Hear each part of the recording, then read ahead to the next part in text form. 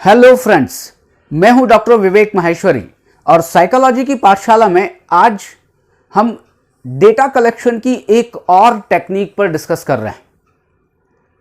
पहले ये बताएं कि आप एक डॉक्टर के पास जाते हैं और डॉक्टर के पास जब भी जाते हैं वो आपकी बीमारी के लिए आपसे पूरी तरह जांच पड़ताल करता है, आपसे बहुत सारे क्वेश्चंस पूछता है।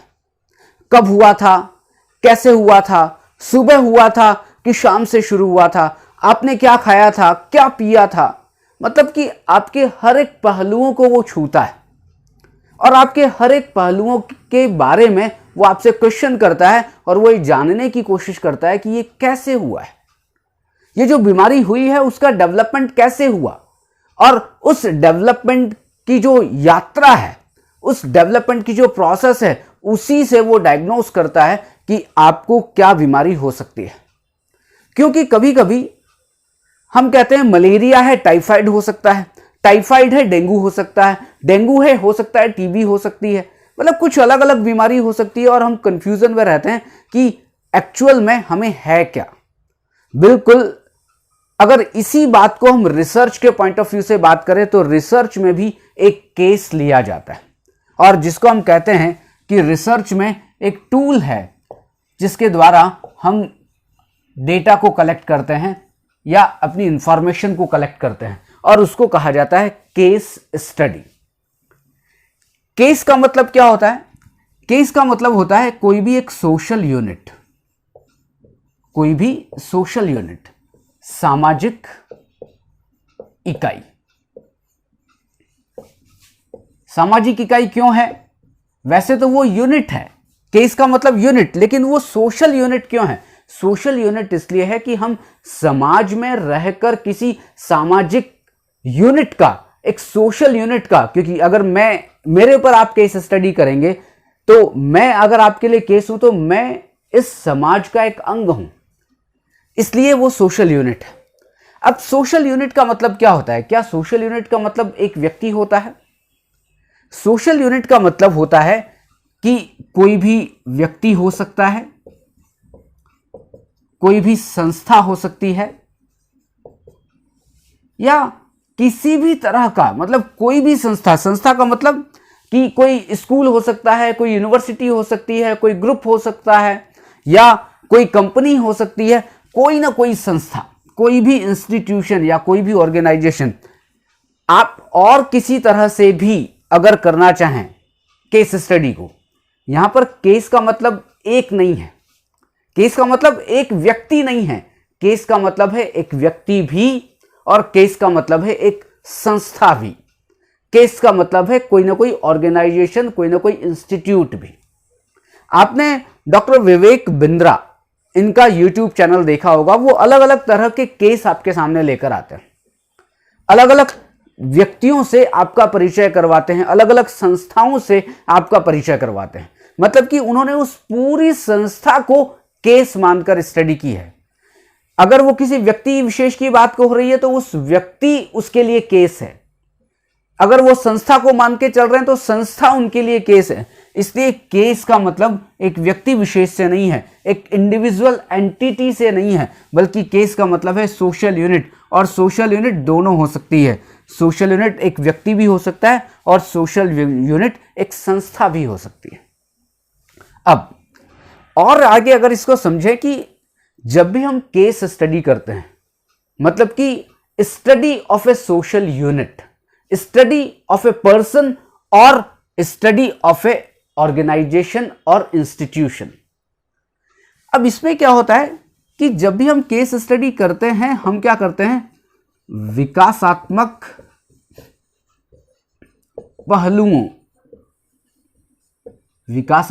पहलुओं का अध्ययन करते हैं। डेवलपमेंटल एस्पेक्ट्स, मतलब कि व्यक्ति के विकासात्मक पहलू भी हो सकते हैं और संस्था के विकासात्मक पहलू भी हो सकते हैं।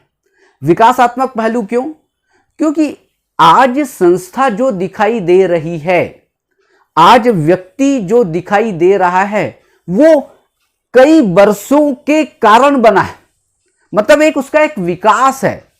आप अमूल के ऊपर आप एक केस स्टडी करना चाहते हैं। आज जो अमूल है अमूल का मतलब आप जो दूध पीते हैं, पीता है इंडिया, उस अमूल की बात कर रहा हूं कि अमूल का जो प्रोडक्ट है या अमूल की जो कंपनी है, अमूल की जो संस्था है, आज उसकी आप केस स्टडी कर रहे हैं, लेकिन जिस तरह से आज वो दिखाई देती है वो आज में नहीं बनी है, वो 2 या 4 दिन में नहीं बनी है, उसका एक इतिहास है। इसका इतिहास मतलब उसके डेवलपमेंटल एक हिस्ट्री है, और उस डेवलपमेंटल हिस्ट्री को आप देखते हैं, उस डेवलपमेंटल हिस्ट्री को आप समझते हैं, उस डेवलपमेंटल हिस्ट्री से आप क्या करते हैं, अमूल के बारे में डेटा को कलेक्ट करते हैं। और रिसर्च में बिल्कुल ऐसे ही होता है, आप अमूल के बारे में अगर रिसर्च करें तो भी, या व्यक्ति विशेष के बारे में रिसर्च करें तो भी, आप उसके पूरी हिस्टोरिकल बैकग्राउंड को देखते हैं, और हिस्टोरिकल बैकग्राउंड को देखते हुए उसके बारे में इंफॉर्मेशन को कलेक्ट करते हैं, और उस इंफॉर्मेशन के बेस पर आप एक किसी रिजल्ट पर पहुंचने की कोशिश करते हैं। विकासात्मक पहलुओं की बात भी हो गई है। अब एक और चीज होती है कि जब भी केस स्टडी की जाती है तो जो रिसर्चर है, वो रिसर्चर क्या करता है, वो रिसर्चर किसी भी केस का मतलब किसी भी सोशल यूनिट का मतलब किसी भी व्यक्ति या किसी भी संस्था का, वो क्या कर रहा है, एज ए होल स्टडी कर रहा है। मतलब कि समग्र रूप से अध्ययन करता है, समग्र रूप से अध्ययन। जब आप डॉक्टर के पास जाते हैं तो केवल आपने जो सिम्टम बताए उसके आधार पर वो डायग्नोसिस नहीं कर रहा है, वो और कुछ हुआ था क्या, आपके साथ और कब हुआ था, कैसे हुआ था, मतलब क्या कर रहा है, वो आपको चारों तरफ से आपको जांचने पड़तालने की कोशिश कर रहा है। इसका मतलब क्या है, as a whole study. Amul की स्टडी कर रहे हैं तो अमूल में कितना दूध प्रोडक्शन होता है उसकी बात नहीं हो रही, अमूल का मतलब पूरी के पूरी Amul company as a whole, Amul के सारे पहलुओं पर आप चर्चा कर रहे हैं, और उसको कहते हैं किसी भी संस्था या किसी भी व्यक्ति का एक यूनिटरी कैरेक्टर, एक एकात्म स्वरूप। और उस एकात्म स्वरूप का संबंध किससे होता है, एज ए होल, कि जब भी आपसे कोई बात की जाएगी कि केस स्टडी में एज ए होल हम स्टडी करते हैं, किसी एक पक्ष की स्टडी नहीं करते, as a whole, complete as a whole हम स्टडी करते हैं केस स्टडी में। अब यहां तक बात पूरी हो गई। अब बात करते हैं कि केस स्टडी के कितने प्रकार हो सकते हैं। वैसे तो केस स्टडी है, किसी भी संस्था की, किसी भी व्यक्ति की आप स्टडी करें और उसके हिस्टोरिकल बैकग्राउंड को आप देखें, उसके डेवलपमेंटल जर्नी को आप देखें और एज ए होल आप स्टडी करें। लेकिन फिर भी कोई भी केस स्टडी को हम 2 तरह से या 2 प्रकार में डिवाइड कर सकते हैं। एक डेविएंट केस एनालिसिस, और सेकंड होता है आइसोलेटेड क्लिनिकल केस स्टडी। अब डेविएंट का मतलब होता है कि अपसरित,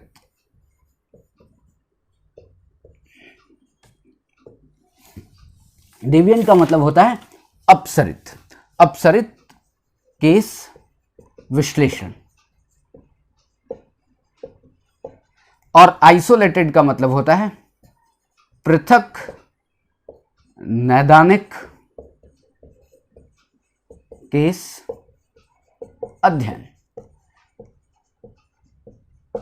ओके, ये जो दोनों, जो डेविएंट केस एनालिसिस है और आइसोलेटेड केस एनालिसिस है, बेसिकली ये क्लिनिकल पर्सपेक्टिव से ज्यादा है। अब हम बात करते हैं कि कैसे 2 तरीके के एनालिसिस हो सकती है। एक, पहली बात, डेविएंट केस एनालिसिस में क्या है कि हम 2 केस मतलब 2 सोशल यूनिट को लेते हैं, और 2 सोशल यूनिट कैसी होगी, उसमें समानता बहुत ज्यादा होगी लेकिन समानता के साथ डिफरेंसेस भी होंगे। मैं फिर रिपीट कर रहा हूं, डेविएंट केस एनालिसिस का मतलब है कि आपने 2 यूनिट ली, 2 यूनिट में समानता बहुत है, सिमिलरिटीज बहुत हैं, लेकिन डिफरेंसेस भी हैं, और आप क्या करें, उन दोनों की एक कंपैरेटिव स्टडी करें, फॉर एग्जाम्पल, मैं ट्विंस का एक पेयर लेता हूं, मतलब कि जुड़वा बच्चों का एक पेयर लेता हूं जिसको कहते हैं आइडेंटिकल ट्विंस, क्योंकि आपने सुना होगा आइडेंटिकल ट्विंस में बहुत सारी समानताएं होती हैं। लेकिन मैं एक ऐसे ट्विंस का एक पेयर ले रहा हूं कि जिसमें एक बच्चा तो नॉर्मल है और एक बच्चा जिसको कोई एक बहुत ही क्रॉनिक मेंटल इलनेस है। अब दोनों में समानता है क्योंकि आइडेंटिकल है। मैंने क्या कहा था, दो ग्रुप लेने हैं, दोनों समान होने चाहिए, लेकिन डिफरेंसेस भी हों कि दोनों समान हैं, आइडेंटिकल हैं, लेकिन डिफरेंसेस क्या है, एक नॉर्मल है और एक को मेंटल इलनेस है। मैं इन दोनों में अध्ययन करूं कि ये मेंटल इलनेस होने का रीजन क्या है।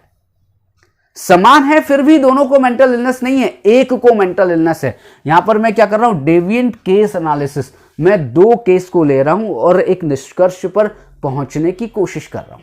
वैसे ये जो डेविएंट केस एनालिसिस मार्केटिंग में भी हो सकती है कि एक ही जगह दो यूनिट हों जो बिल्कुल समान हो लेकिन उनमें कुछ डिफरेंसेस हो, आप उनमें कंपैरेटिव स्टडी कर लें। दूसरा, आइसोलेटेड क्लिनिकल केस स्टडी, ये बेसिकली क्लिनिकल केस स्टडी है। आइसोलेटेड का मतलब यहां पर केवल एक केस और उस एक केस पर आप क्लिनिकल स्टडी करें। मतलब कि यहां पर कंपैरेटिव स्टडी नहीं करनी है, आप कोई भी एक केस ले लें। मतलब कि एक केस का मतलब एक पेशेंट आप ले लें, किसका, एक हो सकता है कैंसर का पेशेंट, हो सकता है एड्स का पेशेंट, या कोई भी एक केस। सिंपल सी बात है, आइसोलेटेड मतलब कि सिंपल एक अलग केस होगा, उसका कोई किसी से कंपैरिजन नहीं होगा, उसे होगा अब उसका आप हिस्टोरिकल बैकग्राउंड देखें, उसकी आप स्टडी करें, उसको कहते हैं आइसोलेटेड क्लिनिकल केस स्टडी। तो दो तरीके की केस स्टडी देखने में आती है, लेकिन मैं तो इस बात को प्रेफर करता हूं कि आप इन दोनों की बात ना करें। बस केस स्टडी में क्या होता है, एक यूनिट में भी केस स्टडी होती है और कभी कभी क्या होता है कि हम दो यूनिट में कंपेयर कर लेते हैं, दो केस को कंपेयर कर लेते हैं। इस तरह से आप समझने की कोशिश करें। ये एक बहुत ही एक इंपॉर्टेंट टूल है केस स्टडी आपके रिसर्च में, कि जब आपको इंफॉर्मेशन को कलेक्ट करना होता है। क्योंकि आप इसमें ऐसे होल स्टडी करते हैं, आपको बहुत सारी इंफॉर्मेशन एक जगह मिल जाती है, आप दो चीज़ों के बीच कंपेयर कर सकते हैं, जैसे कि हमने अभी कहा था डेविएंट केस एनालिसिस में आप कर सकते हैं। लेकिन फिर भी इसकी एक कमी है, और वो कमी क्या है, सब्जेक्टिविटी मतलब कि कहीं ना कहीं विवेक, अगर एक केस को समझ रहा है, एक केस से आप इंफॉर्मेशन को विवेक कलेक्ट कर रहा है, तो विवेक कहीं ना कहीं कुछ अपने तरीके से कुछ गोलमोल कर सकता है। मतलब कि मेरे पर्सनल बायस काम कर सकते हैं वहां पर जब इंफॉर्मेशन को कलेक्ट करने के लिए। दूसरी चीज, केस एक है, व्यक्ति एक है, और मैं उसी व्यक्ति के आधार पर ही जनरलाइजेशन करने की कोशिश करूं कि नहीं हर व्यक्ति ऐसा ही हो सकता है उस केस से रिलेटेड, ऐसा कभी नहीं होगा। क्योंकि हो सकता है एक कैंसर का एक पेशेंट पे आप केस स्टडी करें, अब कहें कि साहब हर एक कैंसर का पेशेंट यही ऐसे ही होता है, नहीं। लेकिन फिर भी अगर आपको कुछ केस की स्टडीज करनी हो, आपको कुछ इंफॉर्मेशन ठीक ढंग से ऐसे होल लेनी हो, तो फिर केस स्टडी बहुत अच्छा एक टूल हो सकता है। और इसमें रिसर्च में केस स्टडी को बहुत ज़्यादा यूज़ किया जाता है, और वो भी कब, जब आप क्लिनिकल पर्सपेक्टिव में, मतलब कि किसी पेशेंट के ऊपर आप रिसर्च करते हैं। और ऐसा नहीं है, सोशल साइकोलॉजी में भी केस स्टडीज की जाती हैं, इसलिए केस स्टडी हर जगह हो सकती है। सोशल साइकोलॉजी में, मिलिट्री साइकोलॉजी में, या किसी भी क्लिनिकल साइकोलॉजी के फील्ड में कहीं भी केस स्टडी हो सकती है। आज के लिए इतना ही, अगले वीडियो में हम फिर मिलेंगे एक नए टॉपिक के साथ। यदि आपने इस चैनल को सब्सक्राइब नहीं किया है तो आप इस चैनल को अभी तुरंत सब्सक्राइब करें, और इस चैनल को लाइक करना, इस वीडियो को लाइक करना बिल्कुल भी ना भूलें। Thank you.